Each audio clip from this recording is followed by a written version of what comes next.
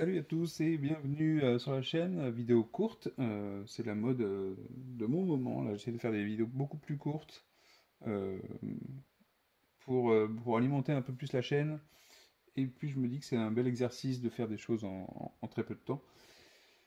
Euh, un mur un jour, je dois peindre tous les murs d'Arena The Contest et du coup j'ai réussi à tout baser là cet après-midi euh, entre deux programmes dans mon boulot. Et là, je vais passer les premiers murs. Et ça va me permettre de faire ce genre de vidéo pour discuter aussi de choses et d'autres. Ça peut être de jeux, ça peut être de création de contenu, des choses comme ça. Ou de KS, peu importe. Un peu en mode monologue parce qu'on n'est pas en live, mais ça me permet en fait de ne pas avoir à me concentrer sur trois écrans en même temps. Et, euh, et voilà. Donc vous voyez, alors, le mur c'est très simple, hein, je vous donne la technique. Il y a une base, et après vous faites n'importe quoi dessus. Alors c'est de la contraste, donc normalement ça donne un bon résultat à la fin. Même si je pense, si ça se trouve qu'un lavis, il faudra que j'essaye, mais j'ai peur que ça rende pas le même effet sur tous mes murs à la fin. Un lavis plus simple, donc de la peinture diluée, avec un plus grand pinceau, ferait un meilleur effet. Ça va me bouffer un peu de la peinture, ces murs, mais c'est pas très grave. Donc, vous avez remarqué, donc j'ai fait une première vidéo courte déjà sur la chaîne sur Arena The Contest justement. Je me suis dit que ça pouvait être sympa de faire des vidéos beaucoup plus concises, sans trop d'explications, hein. Je ne suis pas du tout rentré dans le détail des règles, mais seulement pour retrouver en fait ce que je voulais faire au tout début quand j'ai fait des vidéos. Puis je me suis un peu égaré peut-être. C'est que je voulais vraiment faire découvrir des jeux que j'aimais bien sans pour autant faire du tuto. C'est-à-dire, j'avais pas le but de mes vidéos, c'était pas de remplacer les livres de règles. Et j'ai l'impression que c'est devenu un peu ça au fur et à mesure. D'ailleurs, les gens me disent souvent ah oui, c'est pratique pour c'est bien expliqué et tout, mais voilà, moi mon but c'est pas forcément de remplacer un livre de règles, hein, mais c'est de choper votre attention en fait pour vous faire voir. Enfin, c'était surtout qu'à une époque, on voyait que des jeux en français sur les chaînes principales et très peu les jeux de niche. Donc c'est un peu moins le cas maintenant, et beaucoup de monde se met dessus, il y a plus de traductions aussi des fameux jeux comme les Dungeon Crawler ou autres. On a quand même un peu plus de traductions, il y a beaucoup plus de choix de jeux, beaucoup de KS qui sont traduits, ce n'était pas du tout le cas à une époque. Donc voilà, je me suis dit, ça sert à rien de refaire des grandes vidéos peut-être, puisque tout le monde parle des jeux, rentrer plus dans le détail. J'en ferai sûrement encore, mais voilà, si je veux sortir en gardant une compatibilité avec ma vie normale, je dirais, donc de joueurs et de père et de mari. Euh, j'ai déjà épuisé mon petit stock là. Eh bien, il fallait que je garde il fallait que je puisse faire du contenu, mais sans perturber ce rythme-là, sans que ça me fasse passer du temps à pas jouer, à faire de la vidéo plutôt. Donc, je trouvais que c'était une bonne petite formule et je vais sûrement en démultiplier ce genre de petites vidéos. Et puis je pense que ça correspond un peu à la consommation que les gens peuvent avoir sur ce genre de contenu. Parfois c'est que pour une information, c'est que pour, tiens, par curiosité. Donc du coup c'est pas trop long, même si la première j'ai dépassé, hein, je l'ai fait à 12-13 minutes. Je voulais pas dépasser 10 minutes, ce qui me paraissait un format assez sympa, mais c'est pas facile. Quand on aime bien quelque chose, c'est pas facile de se restreindre à parler. Puis il y a quand même beaucoup de choses dont je vous ai pas parlé encore sur Tanares. Je referai peut-être une autre vidéo sur un autre sujet à propos de Tanares. Et puis comme ça, vous pourrez choisir ce qui vous plaît le plus. Si vous voulez voir toutes les vidéos, vous les regardez. Si vous voulez les consommer par petits bouts, vous pourrez. Et vous ne serez pas obligé d'accélérer la vidéo pour la voir entièrement. Donc le problème avec les murs, là, c'est quand même que on regarde de près, hein, c'est que même quand on badigeonne, il y a des endroits où ça va s'éclaircir. D'ailleurs, il y a un mur que j'ai fait tout à l'heure. Là, on se rend compte que au niveau des pierres, j'ai des endroits où c'est un peu blanc.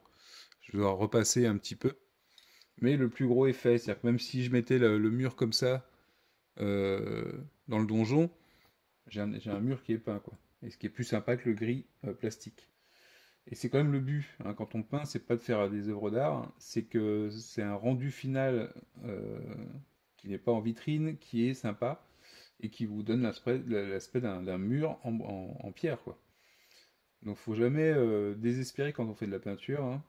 Il faut se rendre compte pourquoi on fait la peinture. Si vous prenez une super belle figurine, vous voulez la mettre sur un socle, décorer le socle, mettre ça en vitrine, faire des belles photos, oui, il faut se donner beaucoup plus de mal, passer beaucoup plus de temps. Si c'est pour un jeu de plateau, faut mettre le curseur au bon niveau pour dire ok, c'est un rendu suffisant par rapport à ce que j'ai envie d'avoir et, euh, et ça sert à rien que je m'affole parce que j'ai raté les yeux, parce que les yeux, on peut seulement les. Pour certaines figurines, je sais pas si j'ai un bon exemple ici, mais vous voyez qu'ici par exemple, euh, celui-là il a les yeux assez grands en même temps, mais donc c'est pas un bon exemple. Mais il y en a qui vont avoir des yeux beaucoup plus petits peut-être. Oui, si, lui aussi, il a les yeux. Sur des figurines comme ça, je vais pas m'amuser à faire le blanc d'œil ou des choses comme ça. Si j'y arrive, je le fais. Si si le moule, si la gravure est assez fine et que la peinture rentre bien dedans, c'est jouable. Mais sinon, une petite ombre au niveau des yeux, ça suffira largement parce que de l'endroit où je serai perché à la vitesse où je vais jouer, surtout que souvent c'est des mobs qui vont partir au bout de 2 tours, ça sert à rien. Donc voilà, il faut avoir sa propre exigence, mais il faut pas non plus passer trop de temps dessus, sinon vous allez pas tout peindre. Et là, la contraste, elle est quand même venue nous aider sur beaucoup de choses, même si c'est pas la panacée pour toutes les couleurs et pour tout ce qu'on veut faire. Mais faut pas tout, faut essayer de peindre au maximum les figurines pour avoir un ensemble qui est jouable et qui soit pas à moitié peint. D'accord. Alors moi, je vous dis ça, je suis pas celui qui est, je donne des conseils sans les suivre évidemment. Je pas des masses de jeux qui sont complètement peints. Je dois avoir Marvel United, il y a une grosse partie qui est peinte parce que j'ai choisi les personnages que je voulais peindre, mais j'en ai peint pas mal. Et c'est un plaisir, c'est un régal, Marvel United, de le sortir et de faire une partie avec que des figurines peintes. C'est vraiment super agréable, et d'autant plus quand on le ressort longtemps après. C'est-à-dire que là, j'ouvre la boîte, j'ai l'impression d'avoir des jouets dans ma boîte. C'est juste super sympa. Euh, et puis c'est le genre de jeu qui se prête bien à être sorti plus tard, les règles sont faciles, donc on s'en rappelle forcément. Hop, on tourne. Alors ceux-là, c'est les plus grands murs hein, dans Tonares. Et vous voyez que l'effet est sympa, hein. Et là, j'ai mis que la couleur qui va faire du contraste, donc qui va se mettre dans les creux. Euh, Après, je vais passer en détail sur certaines pierres pour avoir des pierres qui sont dépareillées. Du style, on a rebouché des trous dans le mur, il y a des murs qui ont été défoncés ou avec l'usure. Et il y a des ouvriers du donjon, comme on dit, les hommes de l'ombre, qui ont rebouché tout ça. Parfois à la va-vite, parfois en récupérant de la pierre, et donc forcément, on n'a pas forcément toutes les pierres de la même couleur. Surtout qu'on le voit bien sur ces murs-là, il y a des. D'ailleurs, je vais essayer de le faire sur ce mur-là, c'est qu'il y a des pierres qui sont vraiment ressorties. Donc je vais essayer de voir si sur ces versions-là, je vais justement prendre toutes celles qui sont ressorties uniquement et les peindre d'une certaine couleur, ou en plus clair ou en plus foncé, tout en restant parfois dans la teinte, ou vraiment très différent. Mais faut pas que ça fasse non plus l'homme condiment version mur de donjon.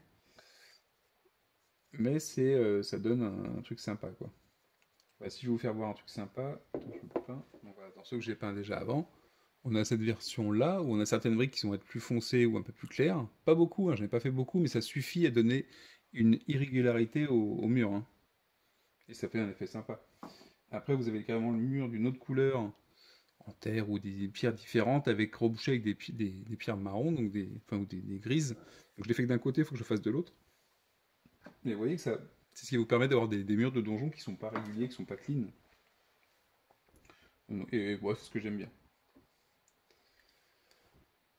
Euh, Qu'est-ce que je voulais dire aussi? Ah oui, je vais sûrement faire une vidéo aussi sur les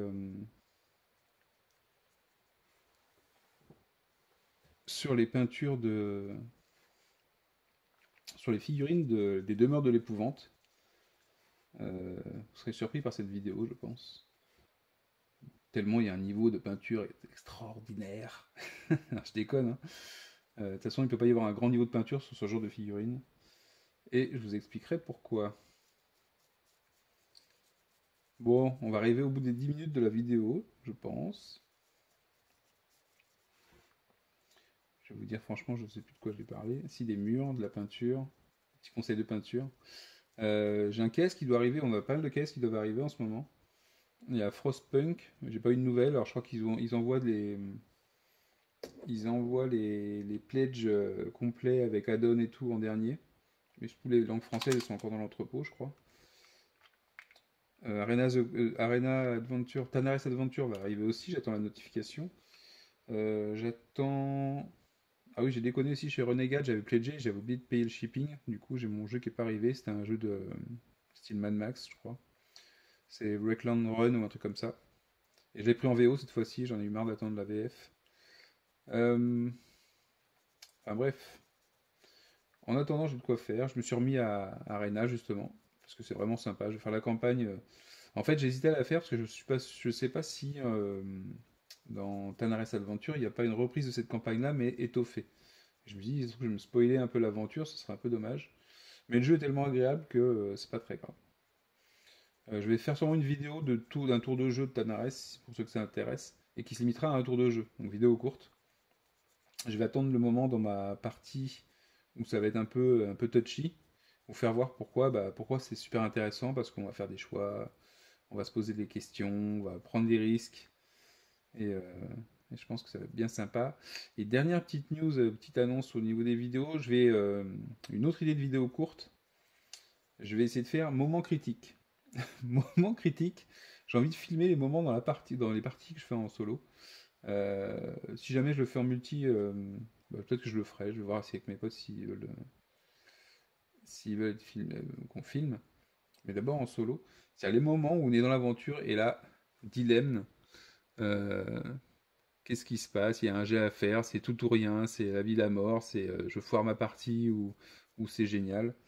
Et je pense que c'est assez sympa parce que finalement, c'est pour ces moments-là dans le jeu qu'on adore ces jeux de plateau en fait. C'est ces petits moments qui, et qu'on adore certains styles de jeu, comme les jets de dés ou même la carte qu'on va piocher.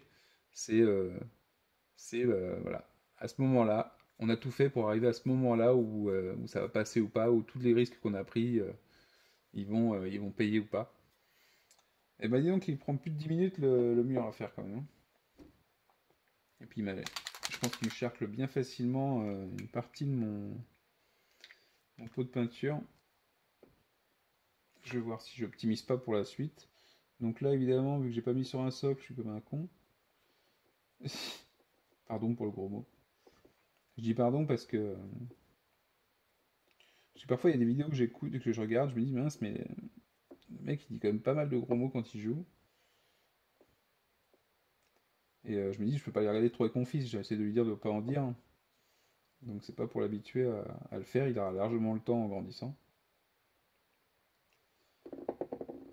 Et je pense que parfois quand on fait du contenu, on se rend pas tout le temps compte de ce qu'on dit. Déjà à la radio, quand on écoute la radio, les gens parlent mal, même les hommes politiques maintenant font des formules de phrases qui sont un peu moches. D'ailleurs, qui sont un peu moches, c'est une mauvaise formule, je trouve. Mais bon, je suis pas quelqu'un qui a besoin d'avoir un grand niveau par rapport à des hommes politiques. Alors, bah ça y est, le mur il va être fait. Regardez la dernière petite couche. Hop, hop, hop. Et après, on va laisser sécher. Alors évidemment, quand ça fait comme ça, voilà, on a fait le mur. On a fait le mur. Ah ouais, j'ai oublié un côté. Ouais, je vais foutre mes traces de doigts d'un côté. Donc là, sur les côtés, c'est tranquille parce que c'est lisse, y a pas trop ça accroche pas trop le pinceau. Parce que la contraste, c'est bien, mais là, sur le pinceau, avec les pierres accrochent beaucoup. C'est difficile d'aller à fond dans les interstices entre les pierres. Et de toute façon, ça nécessitera forcément du repassage avec un peu de couleur après pour améliorer. Mais vous voyez que alors là, on n'a pas fait quelque chose qui était très délicat. J'ai sûrement vu de la peinture ici. Vous voyez même plus le mur. On a fait le grand mur ensemble. Donc, je vous dis à la prochaine. C'était la petite vidéo, le mur du jour. On fera un mur demain peut-être aussi. Allez, ciao, ciao.